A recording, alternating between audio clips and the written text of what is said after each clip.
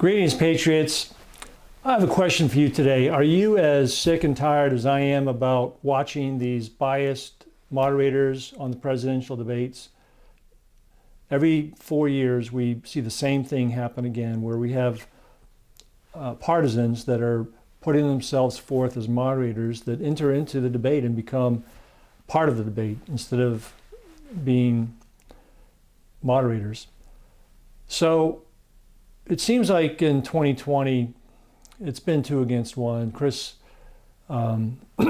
Wallace was quite biased in the first debate. And then in the town hall, Samantha Guthrie was even worse. So what happens is that it winds up that the underdog candidate, the one that's being biased against, is fighting a 2 against 1 battle. Sometimes when there's more than one moderator, it's 3 or 4 against 1.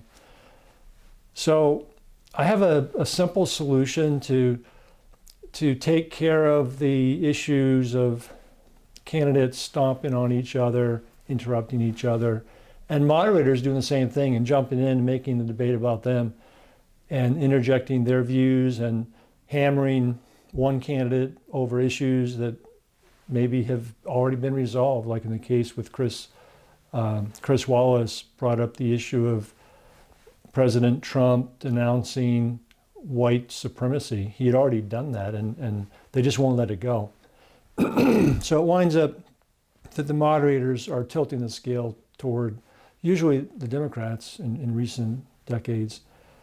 So how do we eliminate this problem and also permit the candidates to have an equal amount of time? So what I propose is that the moderators become timekeepers, simple timekeepers. And at the start of the debate, we could have the moderators ask the question and then just step back and let the candidates have their time to duke it out. There needs to be opportunity for candidates to question each other. The moderators can't control the entire flow of the debate. It's all basically a staged event, and I don't know why Republicans engage in this process at all. So we need to take that process back, and the Republican franchise, the candidate that's running for the Republican nomination for president, there's a franchise that needs to be guarded and a brand that needs to be protected and safeguarded.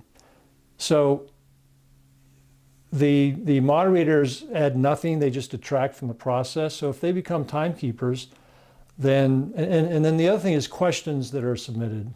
You know, who makes up those questions? That's really bogus.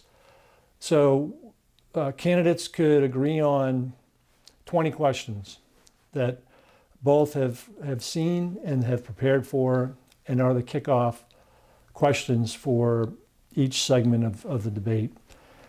And each segment of the debate could be on the economy or foreign policy and that kind of thing.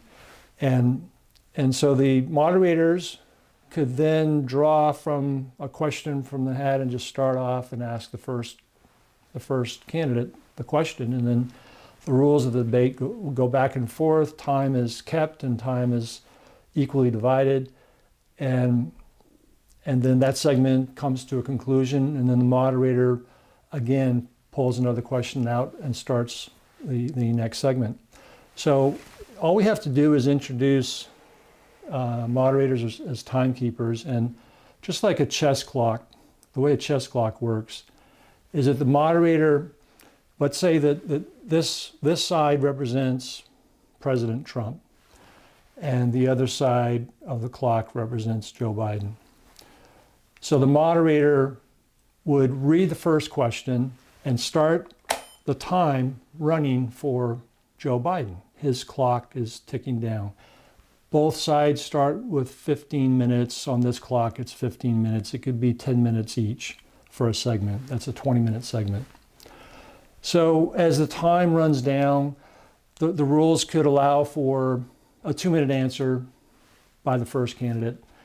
And then when that candidate has concluded his answer, he would simply say, "I yield," and then the other candidate gets a chance to respond.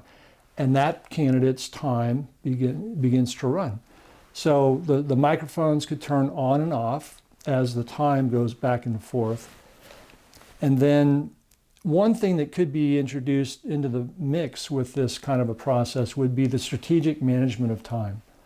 For instance, if the response by the president to Joe Biden's answer to the first question is done, Joe Biden and the president says, "I yield," Joe Biden may not be ready to start. He says, "I yield," and then all of a sudden Biden's up. So he starts mumbling and stumbling and goes along.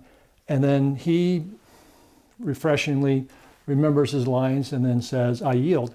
And then President Trump gives a quick answer and says, "I yield." And it goes back to Vice President Biden to try to respond to what President Trump just said. So it would introduce a dynamic that would be very interesting and exciting. And the moderator would be a timekeeper. He'd be sitting back. And of course, Joe Biden's done. He sends it back over to Trump. And the time keeps going back and forth. And the rules could be such that at the end of, like this is a 15-minute, the time clock's set, it's set here for 15 minutes, but as time runs down, they could be 10-minute segments or whatever the debate rules would call for. And then there could be a 1 minute, after the time has elapsed, there could be a 1 minute wrap up of that section of the debate by each candidate. So what happens is that if the microphones are going on and off, that helps. And a rule could be introduced where if one candidate is droning on for 4 minutes, that's not necessarily a good thing. So there could be a time limit, and then maybe there's a warning light that goes off and starts counting down 5, 4, 3, 2, 1, and then that person's microphone does get turned off, and then that person has 5 seconds to wrap up and say, "I yield," and then it goes back. Now this "I yield," it could be the candidate could be pressing the button themselves, or which is really I would prefer it to see it that way, because the excitement of seeing the candidate hit that button is pretty cool. So, or if the candidate says "I yield," then the timekeeper has to be quick on pushing the button. So when it gets down in the segment to where somebody's got 2 minutes left, one candidate runs out of time, and then that other candidate has 2 minutes to just go on with whatever that candidate wants to say. He could use his 2 minutes, and then they go into the 1 minute wrap up round at the end of that segment. These rules could be modified, but basically one question that starts the round, and the topic is broad, and forget about trying to shut down a candidate that wants to revisit the last question. That's perfectly fine. Let them do that. Let's not try to muzzle or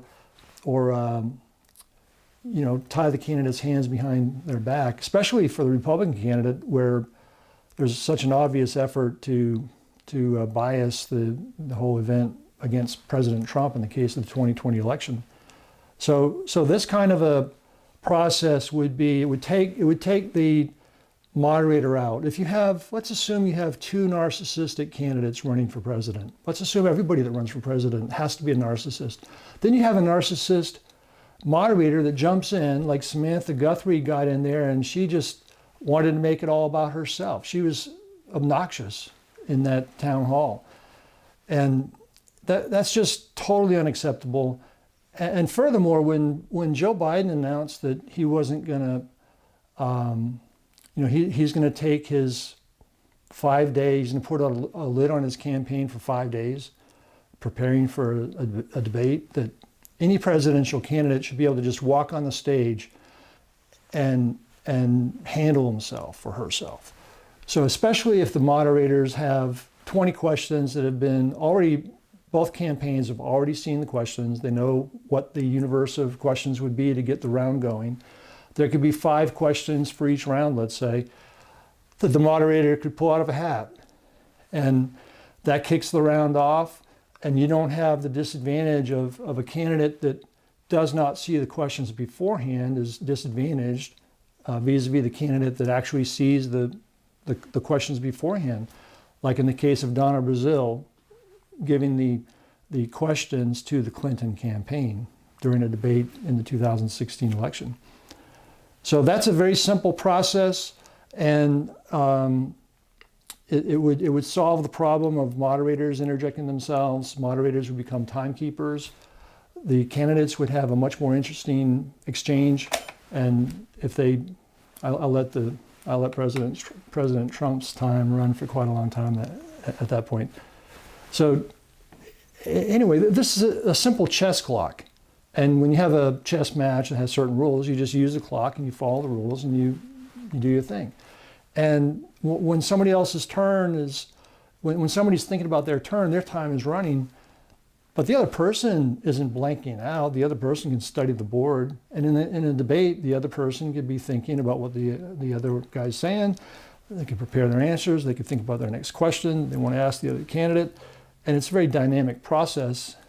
And it would be far better and much more fair than the current way that the debate commission has conducted themselves.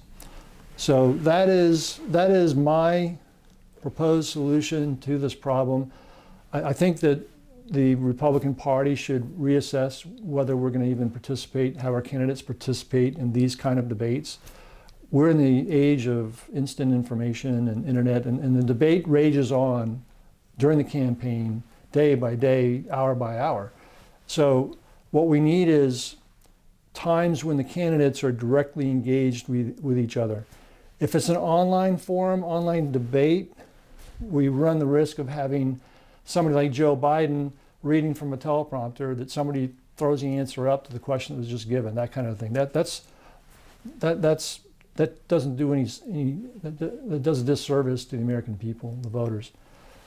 So we would be well served by having times when there is an engaging debate, but I would advocate for much more frequent debates in person with this kind of a timekeeping feature, and the moderators would then become timekeepers instead of partisan activists engaging in the debate. So that's it. That's a very simple idea. And thank you again for your time, and appreciate all that you do for the liberty movement. And may God bless America and restore our nation to what our founders intended.